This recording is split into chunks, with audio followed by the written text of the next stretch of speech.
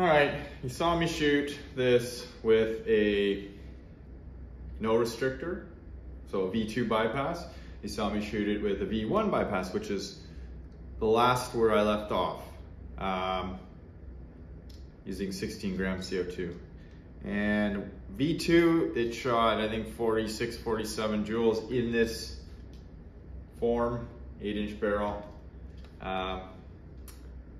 With the V1 bypass, I think it was shooting 44, 45. Now I've got double restriction here. So I have the factory little brass orifice, and in this side, I've installed a vacuum cap under the brass nut in here with a pinhole poked in it. Just throwing darts at a dartboard, see what happens. 8 rounds, Grimberg Jewel V2s. It aired, so it worked.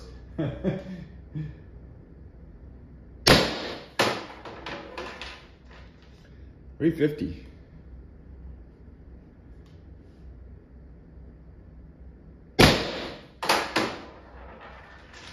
$338.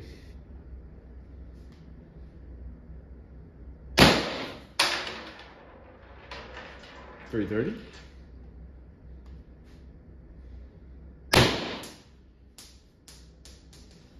312.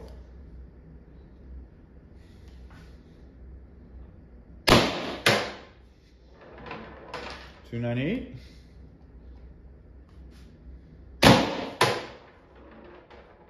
284.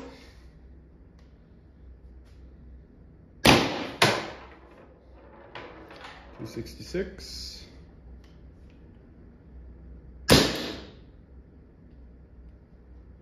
And we're out. So I shot 7 rounds. That finished pretty good. I'll have to do the calculations, but obviously gotta come up with something better than a vacuum cap. Maybe try to get a Umarex style restrictor in here.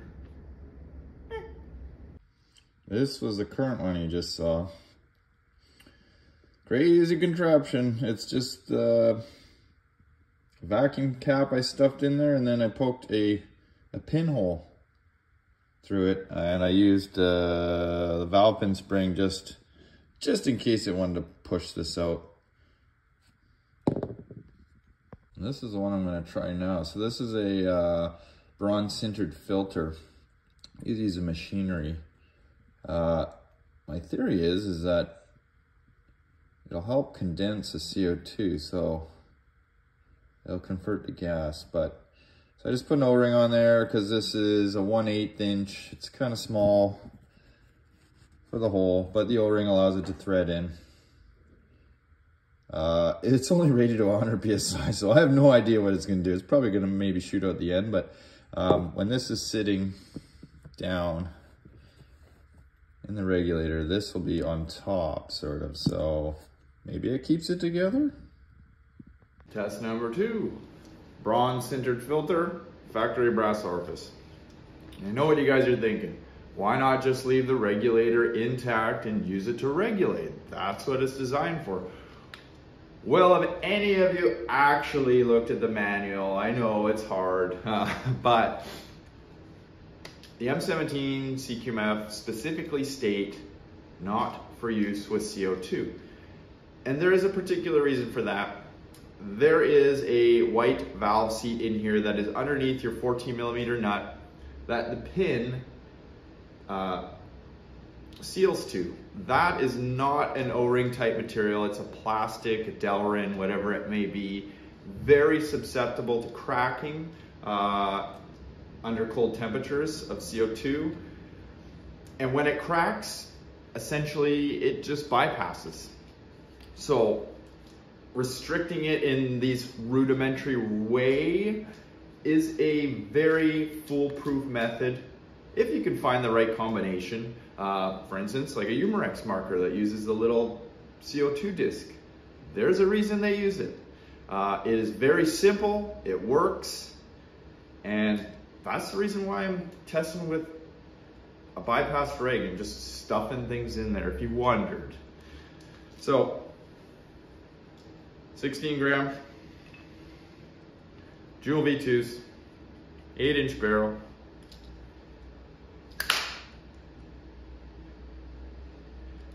Will that brass stay intact? Well, I'll shoot a few. I'll probably have to inspect it, but I'm more curious about how it's gonna perform.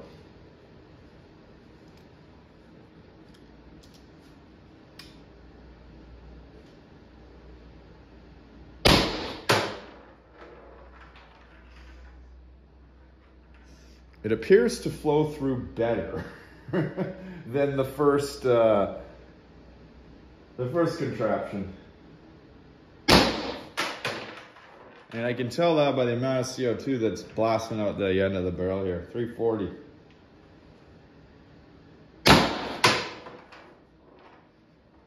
$322.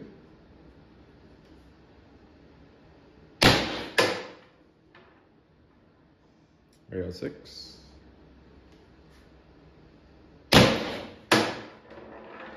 $290.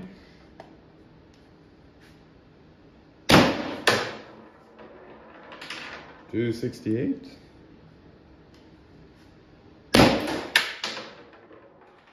$228. And that last, I think that was the last round. Tells me it was much lower than the first little bit there. First little section of the video. That it didn't work. I think the next thing I'm gonna try is, I talked about this before, like you'd see in an oil catch can. They use, well, they use stainless steel wool. I don't have any stainless steel wool. I don't think, this is just steel wool. In the cans, and it helps condense the vapor into a liquid and it drops out. I'm wondering if it'll do the same with CO2. So I'm gonna stuff some of this under the 14mm cap.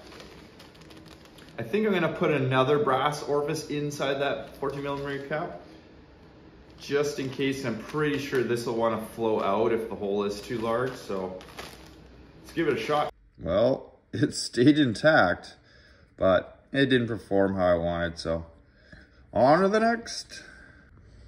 Okay, well here's what I was gonna do with, so there's your 14mm cap. I was gonna put another orifice that I had inside. So it'd be like double orifices. The one here and then the one inside the air chamber, but well, I packed a whole lot of steel wool in there, so I don't think it's gonna fit with that orifice, and I'm not even sure it's gonna fire. It is tight, so let's see how it does. Steel wool, brass orifice, Jewel V2s. 16 gram.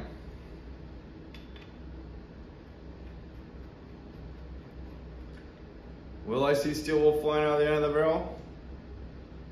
Maybe. Didn't see any brass come out though. Oop, didn't quite twist that one enough. She's good now. Sounded like it aired through though. I was expecting, I packed that steel wool in there pretty tight. Lower than 350. Come on.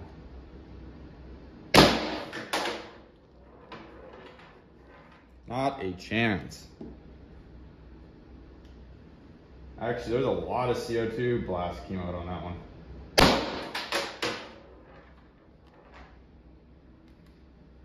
$336.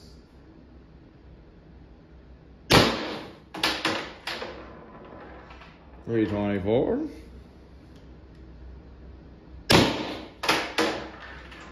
$300.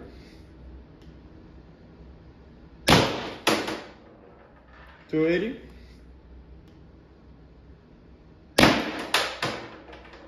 $260. I think that was the last one. Nope. $220. So once again,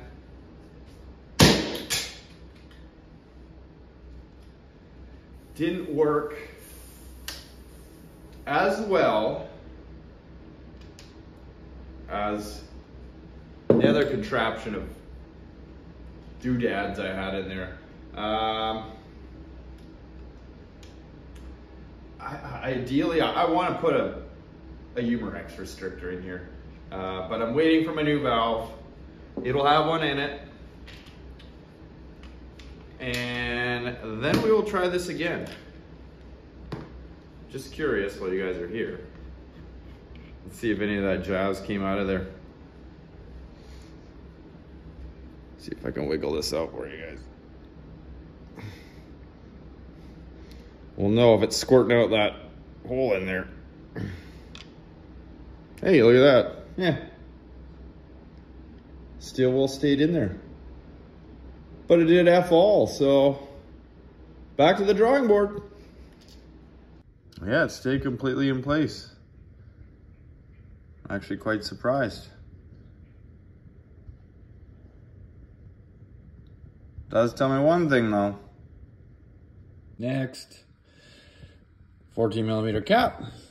8mm ball bearing fits perfectly inside there. Now it doesn't make an airtight seal, and I don't want it to. I want the gas to kind of quell around it. And I'm gonna drop in this spring that I just happen to have. So it's gonna work like a regulator almost with, well, sort of, but with no O-ring. So it's just gonna be a leaky regulator.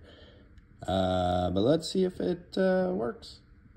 And there you can see it, that's the ball. 8mm ball bearing, factory orifice. Now, I had a good feeling about this one until I realized that I didn't put the O-ring inside the brass, the 14mm brass nut, so it may just leak like a sieve. But I think the chrono won't lie. And these 16 grams are getting, I gotta save some of these because I did buy a new box for my TIPX that I'm still working on. Some parts trickled in. I gotta save some of these, so I think this might be the last one on this guy today, depending on what happens, of course. Joule V2, 8 grams. Well, I kind of lied. I got a 2x12 here that I'm gonna run through the M17 with 11 rounds. See if I can do 11 with a Joule V2. This will shoot 10. Okay.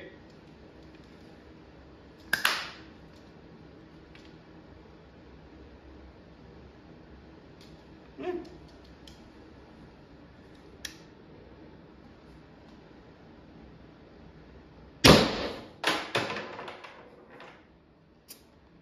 They all seem to be about the same. And that had quite a large CO2 blast. But that second shot was really close. See how it holds out. 328.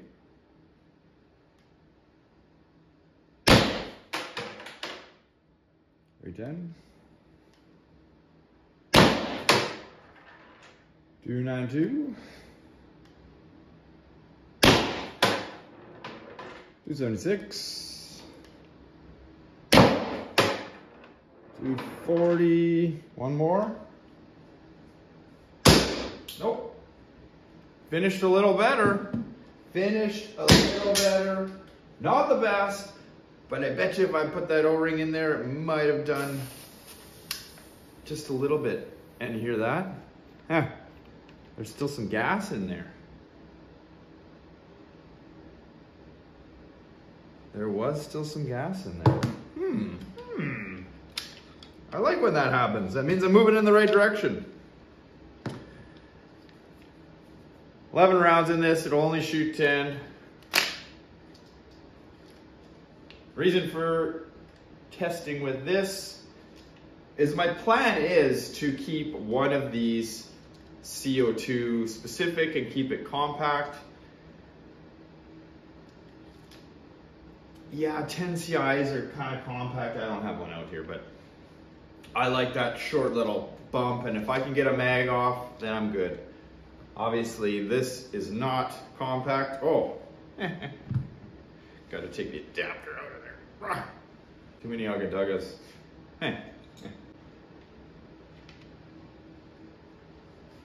You haven't seen those before? They're pretty nifty. So a lot of the small cartridges come with 3/8 24 thread, and they'll thread right into that. So they have 12 gram, they have 16 gram, 20 grams. I do have one left that I don't know what I'm saving it for. And you get 25 grams too, but 25 grams are super expensive. They're off limits for me.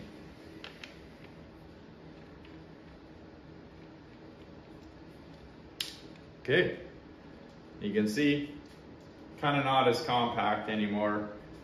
May as well just have a bottle on at this point. I don't know if any of you guys got that new MCS. This is an MCS dual 12 gram, but they got that new one that has the mil-spec rail on it, so you can just put your buttstock right on. How long is it? But this one's pretty long.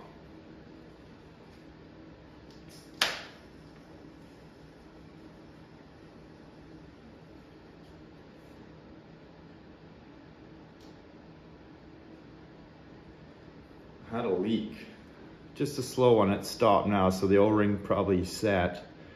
Haven't used this in a little bit. It's possible it just was dry. Okay.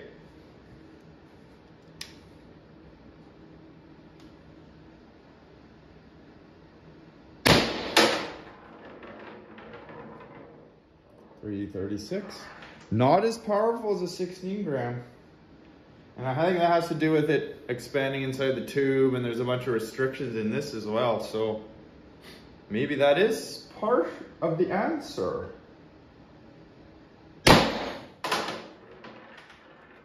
.330.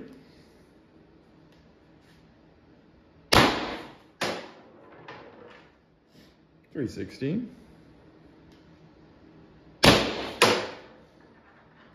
.312.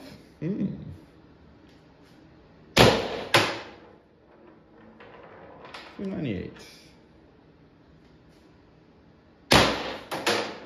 296. Wow, that's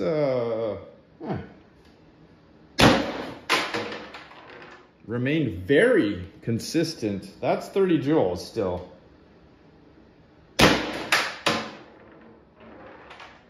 Damn. I was really hoping I didn't have to use one of these. Dropping again now.